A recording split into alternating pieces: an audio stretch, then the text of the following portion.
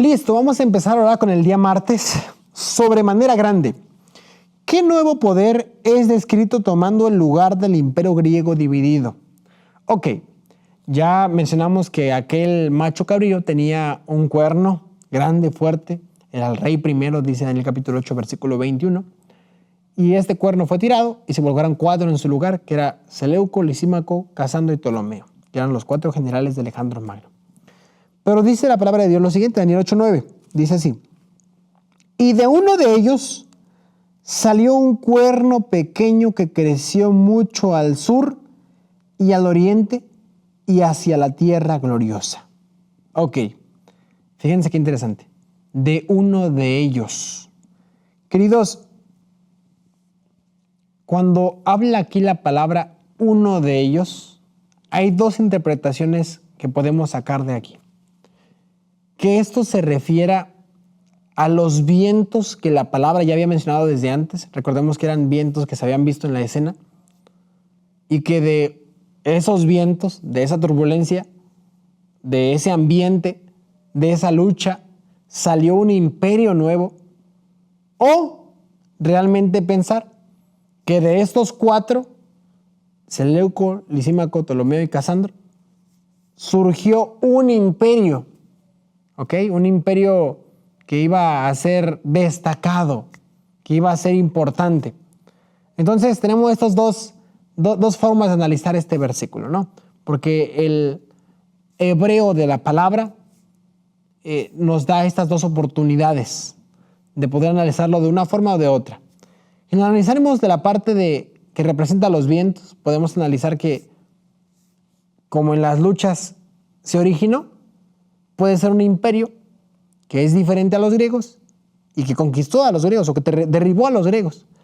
Y nos analizamos de los 4 generales, uno se queda pensando, pero ¿cómo entra Roma ahí? Porque, punto importante, Daniel 7 sí nos muestra la diferencia. Daniel 7 nos muestra el leopardo con 4 cabezas, que es Grecia, y después la bestia espantosa.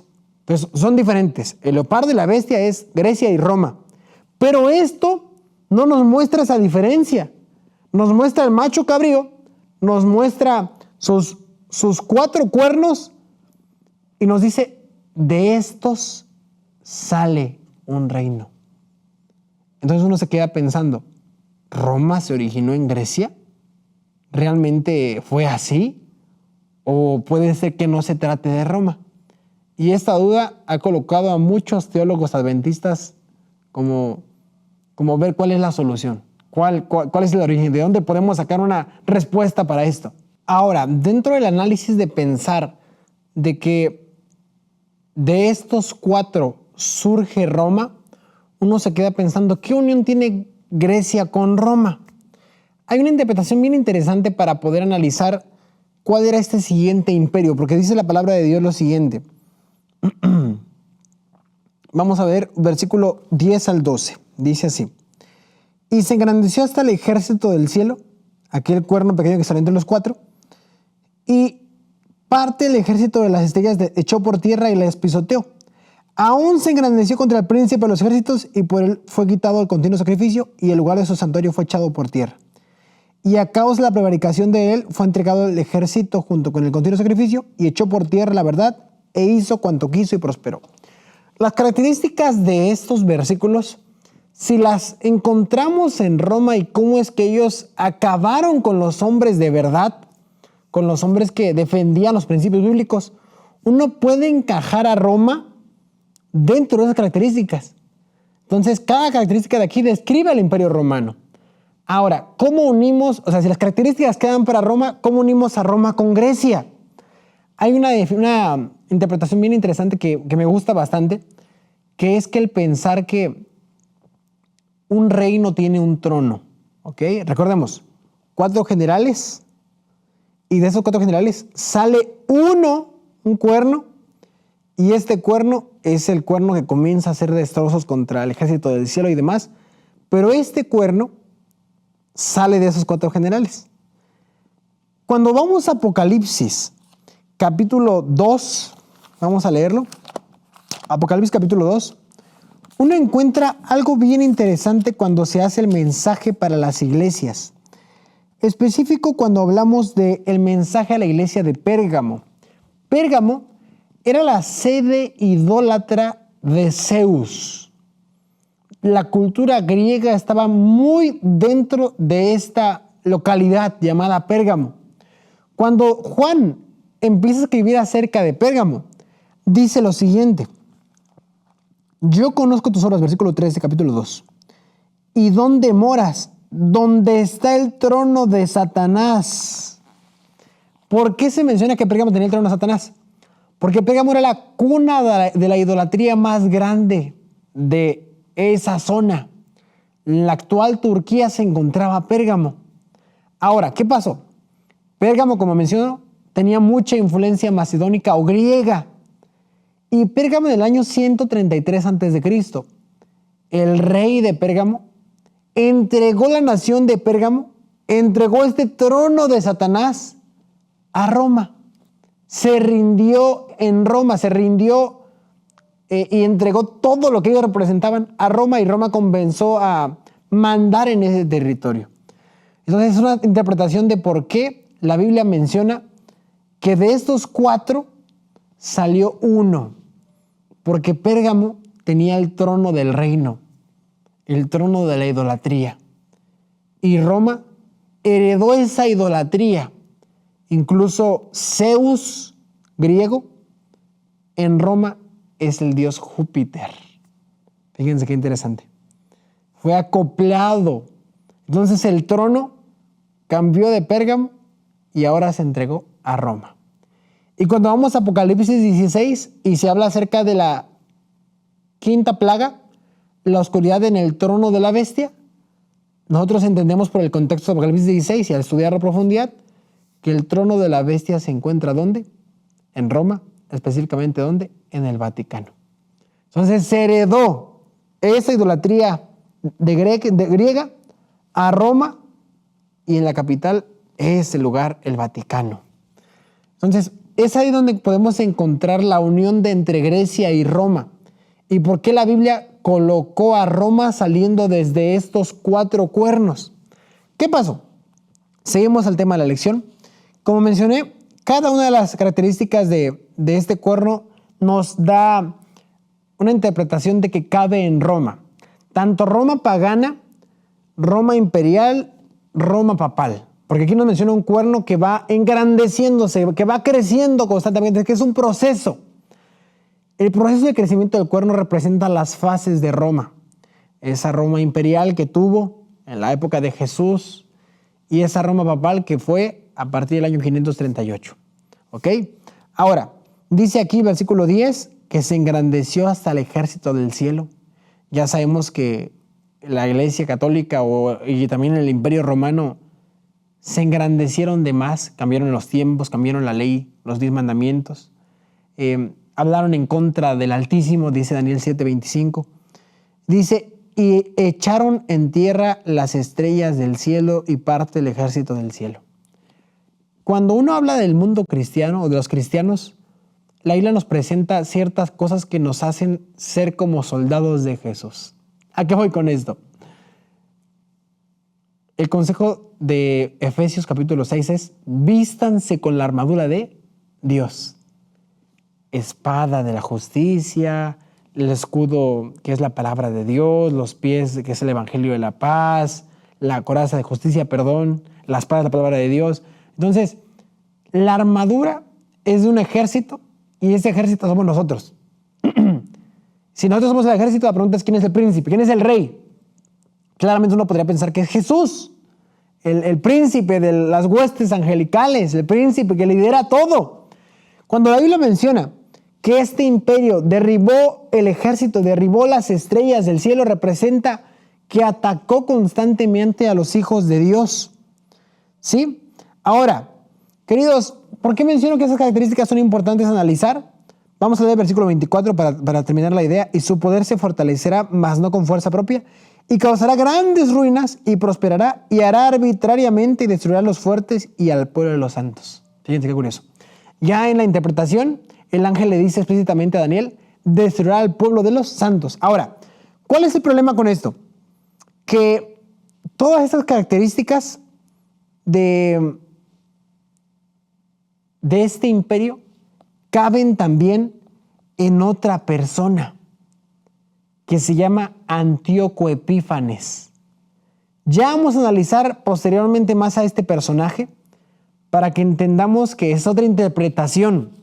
Hay personas que dicen, no, si de los 4 generales de Grecia salió este cuerno, entonces de los Seleucidas, que fue el primer imperio a caer por los romanos, de los Seleucidas tenemos un hombre llamado Antíoco Epífanes, que él destruyó al pueblo de Dios, que él persiguió al pueblo de Dios, que él destruyó Jerusalén, que él sacrificó un cerdo en el altar del sacrificio en el templo de Israel. Él paró el servicio del sacrificio continuo, porque aquel hombre llamado Antíoco Epífanes era un hombre que quería tener una fuerza y un poder grande dentro del territorio que tenía. Ahora, voy a explayarme un poco más de este personaje más adelante, solamente me gustaría mencionar algo importante. Aquí se menciona el continuo sacrificio. Versículo 12. Y el ejército le fue entregado a causa de la prevaricación sobre el continuo sacrificio y echó por tierra la verdad e hizo cuanto quiso y prosperó. Esta palabra continuo sacrificio no está en el hebreo original. Ok. Ya mencioné, existen 2 teorías. O es Roma o es Antíoco Epífanes. O es un imperio grandote que destruyó e hizo muchas cosas en contra de la verdad. O fue un hombre que también hizo cosas muy graves en contra de la verdad. Que destruyó Jerusalén y hizo muchas cosas. ¿En qué se basa o cuál es la base de división de estas 2 teorías o estas 2 interpretaciones? Esta palabra continuo sacrificio. ¿Por qué? Porque Antíoco Epífanes, como mencioné, él fue a Jerusalén, él fue al templo y interrumpió el servicio de sacrificio continuo. Recordemos que los judíos constantemente sacrificaban animales. Él interrumpió completamente eso porque él decía que la mejor forma de gobernar a un territorio era a través de la modificación religiosa de cada uno de ellos. No dejarlos independientes con sus ideas, sino aculturizarlos con mis ideas y que ellos sepan que yo soy el Dios principal de aquí, el que mando. Y él, a los territorios que conquistó o que tenía bajo su mando, mandó a colocar sus normas. Pero el pueblo de Judea, no aceptó esas normas porque ellos servían al Dios de los ejércitos de Israel. Y cuando él se enteró de eso, él comenzó a hacer persecución en Jerusalén, mató a personas en Jerusalén, robó artículos sagrados del templo, interrumpió el continuo sacrificio de los sacrificios diarios del templo. Ahora, por eso el continuo sacrificio se menciona que Antíoco Epífanes cabe en esta profecía. Lo interesante es de que la palabra sacrificio no está en el hebreo original. Ahora, el hebreo original significa tamit. ¿Qué significa tamit? Significa continuo, permanente. Entonces, no se estaba refiriendo específicamente al sacrificio continuo de los animales. Estaba refiriendo a el continuo servicio en el santuario celestial. ¿Me doy a entender? Nosotros sabemos que hay un santuario terrenal y un santuario celestial. Roma lo que hizo fue quitar la verdad, destruir los mandamientos, destruir la imagen de Jesús, destruir todos los principios positivos que Dios había establecido y dejó de un lado las verdades sobre el santuario y las cosas positivas que Dios estaba haciendo en el cielo por nosotros, el interceder por nosotros, y que dijo, no, María es la intercesora, María es la importante. Los santos son bonitos y hay que adorarlos. Los santos son importantes y hay que brindarles respeto y honor. Él desvió la vista del continuo servicio divino y colocó la vista en un servicio completamente idólatra y falso. Entonces, quitemos la palabra sacrificio porque no está en el hebreo original. La traducción más correcta sería el continuo. Y ya, ¿ok? ¿Por qué existe sacrificio? Porque los traductores al momento de escribir diferentes versiones de la Biblia, como vieron que el contexto hablaba sobre el santuario, ellos dijeron, bueno, si habla sobre continuo, tiene que hablar sobre el santuario. Entonces, continuo sacrificio. Y se fue colocado la palabra sacrificio. Pero el hebreo original no tiene la palabra sacrificio. Entonces, ignoremos completamente esa palabra llamada sacrificio. Y eso nos da una referencia específica para hablar de Roma. Si dejamos la palabra sacrificio, ahora nos da una interpretación para otro personaje que ya menciona, que es Antíoco Epífanes, ¿ok? Ahora, dice aquí, el papado se había convertido en la déspota del mundo. Reyes y emperadores se inclinaban ante los decretos del pontífice romano. Los destinos de los hombres, tanto para el tiempo como para la eternidad, parecían estar bajo su control. Pero al mediodía del papado fue la medianoche del mundo. Durante siglos, Europa no había hecho progreso alguno en el conocimiento, las artes ni la civilización. Una parálisis moral e intelectual había caído sobre la cristiandad. Como se había predicho en la profecía, el poder papal echó por tierra la verdad. La ley de Dios fue pisoteada mientras que las tradiciones y las costumbres de los hombres eran ensalzadas. Se obligó a las iglesias que estaban bajo el gobierno del papado a honrar el domingo como día santo. Entre los horrores y la superstición que prevalecían, muchos de los verdaderos hijos de Dios se encontraban tan confundidos que a la vez que observaban el sábado, se abstenían de trabajar el domingo. Mas esto no satisfacía a los jefes papales. No solo exigían que se santificara el domingo, sino que se profanara el sábado, y acusaban en los términos más violentos a los que se atrevían a honrarlo. Solo huyendo del poder de Roma era posible obedecer en paz a la ley de Dios. Ahora, 8.25 de Daniel, pregúntase, a pesar de sus astutos métodos, ¿cómo llegaría este poder a su fin? 8.25 de Daniel dice así, con su sagacidad hará prosperar el engaño en su mano, y en su corazón se engrandecerá y sin aviso destruirá a muchos, y se levantará contra el príncipe de los príncipes, pero será quebrantado, aunque no por mano humana. Roma, que cabe en esta profecía, fue destruida. Roma fue destruida al 100%, fue dividida en 10 imperios, como ya lo mencionamos en el capítulo 7. Y después de 10 imperios, a pesar de que el Papa creció y colocó muchas normas y principios y todo, llegó en 1798 y el general Berthier tiró al Papa del trono, y es ahí donde fue el fin de Roma como un imperio grande y poderoso y muy influyente como lo fue en la época antigua. Cada característica de Daniel capítulo 8, de este último cuerno, nos narra las características de lo que fue Roma. Por eso no puede ser Antíoco Epífanes. Tiene que ser Roma por las características. Pero vamos a estudiar mejor esto en el día de mañana, el día miércoles.